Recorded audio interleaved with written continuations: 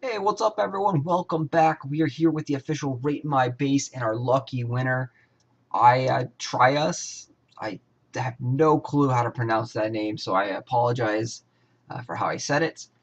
And so we're going to take a look here. This is his base. He's 3,563 trophies right now. And this is something that you kind of come across a fairly like standard-ish type base design. And the reason it's kind of standard is because it works very, very effectively. We have a long straight corridor here using all of the barricades singly, so you can't multi-hit any of them. And then as you get up, his reinforcement troops are going to come and attack from the corner over here. And then once you even get up further, the reinforcement troops are going to sandwich him up there as well. So all your reinforcement troops are going to get bombarded on this side.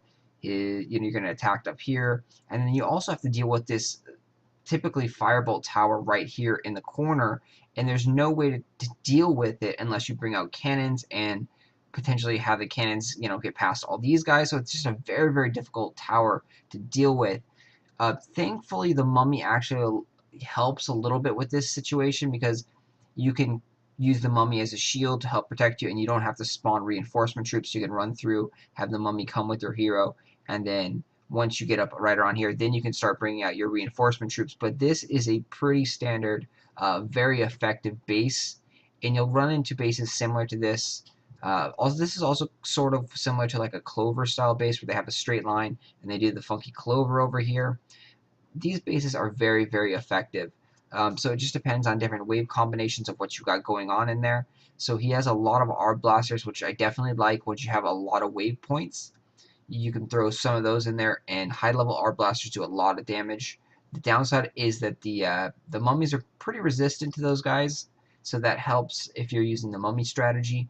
You got a couple ogres in here, it looks like, so this could be very, very detrimental to us because one wrong move with the ogre, as you've seen before in some of these other rate my bases, it's just game over. The ogre does 25 to 50% of your life if you get hit, so that is a big chunk of your life. And this is going to be a strong base here. Then rounding it out with some mortars and some mummies. The mummies, I'm not sure on defense. I don't really see the purpose for the mummies in the defense. They take up a lot of wave points, and they do the AoE stun occasionally, but it doesn't really affect the hero. It gives you the hero the little stars around your head, but you can still move, you can still attack. So the mummy, I don't know, for a defensive unit, I really don't think he's great to throw in there. He's got a very small amount of mummies. So we're going to go check this out. His base does look really good. We are attacking with King Jason W. This is my main account here, level 77. You can see he is pretty decked out and buff. We have all our gold boosting items on, so we aren't, to the max here, but we're just going to go give this a go right now. We are using Cannon, Pyromancer, and Mummy. The Mummy is level 3. The Cannon is level 5. The Pyromancer is max at level 6, I want to say. Whatever max level is for that. And then for the spells, we have Blade Storm at level 7, Heal maxed at level 12, and Sonic Blast maxed at level 6. Again, I apologize if those numbers are wrong. Those are all from memory. Heal is maxed. The Blade Storm is one level away from max, and the Sonic Blast is max as well. So we have the mummies, or the ogres, excuse me, right here, and we have to kind of dance around them to avoid taking that massive clubbing blow. Huge bunch of arb blasters all in one wave. I'm not typically liking one unit, just straight wave of that unit, because if you do that, then someone's bringing, like, say, Sword Rain, and Sword Rain is actually gaining a lot of popularity again because it can take out, the gargoyles in one shot. It takes out the arb blasters, takes out pretty much all the units in one shot. And it also does a fairly good amount of damage to the ogres as well, since the ogres are weak to the piercing. Yeah, so mixing it up, putting a couple different types of units, like putting an ogre with those arb blasters, I think might be a better strategy. So you can see his mummy right there actually did stun our mummies, but it's a battle of the mummies. And with our hero right there, his mummy has no chance whatsoever. We are making a decent progress here. I popped out a couple pyromancers by accident.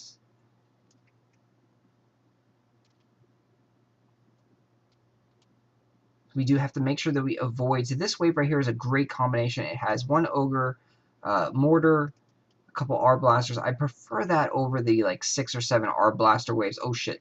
So the ogre just actually smashed us, and his ogre isn't that strong. It's probably level 3 or so, maybe level 4, and it only did around 20% life. So we're going to get out of the way there, let the R blasters target our mummies. I can use the mummies as a shield. And we're going to come back over here and start attacking that tower. You can see we have a nice swarm of mummies, and that's due to the fact that he didn't have that many skull towers, and the skull tower is the one tower that really just kills the mummies. And then also the R blasters again are very resistant, or very weird. They don't do as much damage to the mummy because the mummy has resistance to the R blasters. So that's why we were able to have a whole horde of mummies right there. We have, I believe, 7. And we were able to get that base 100%. A very strong base, though. We picked up 10 trophies, 274 medals. And this is the type of bases you're going to see a lot of in the elite levels, in the 3,500 plus. And it's because they really work. So some things that I don't like in that were the mummies. The mummies on defense, I really don't feel like they do much. And you saw we had a mummy war, and that was just kind of like, I slap you, you slap me, I slap you, and then the hero comes up and just obliterates them. The lightning, the stun, it helped a little bit, but it's still, I mean, it just stunned. It didn't do damage. When you're on defense, you want to kill, and kill as fast as possible. So the ogres are very good in that, is because they do a massive amount of damage with their club if they hit, and they always hit the AI unit. So they'll always hit the mummy because the mummy doesn't have any like dodging maneuvers and isn't going to run out of the way. So the ogre is a far superior unit to use in defense versus the mummy. The mummy really doesn't have anything going for it on defense, and I really don't recommend using him on defense at all. Other than that, tweaking the towers a little bit, the fireball tower ratio to the skull tower. If you are getting attacked a lot by mummies, try putting a little bit more skull towers in there versus fireball towers, and then make sure you upgrade those skull towers as much as possible. Because again, the skull towers, they disintegrate the mummies. Those bombs, they do some nice AoE splash damage there, and it just blows the mummy up because they shoot out like 7 or 8 bombs at a time. The mummy is a very slow walking unit and just can't get out of those bombs. So overall, this is a very good design. Again, it's just maybe a minor tweak with the towers, a little change up the ratio, and then removing the mummy and putting something else in there in this place. And this would probably make it a little bit better and tougher to go through. Anyway, thanks for watching. Enjoy the 1,000 free gems, and we also have some special giveaways coming here in the channel, so make sure that you subscribe.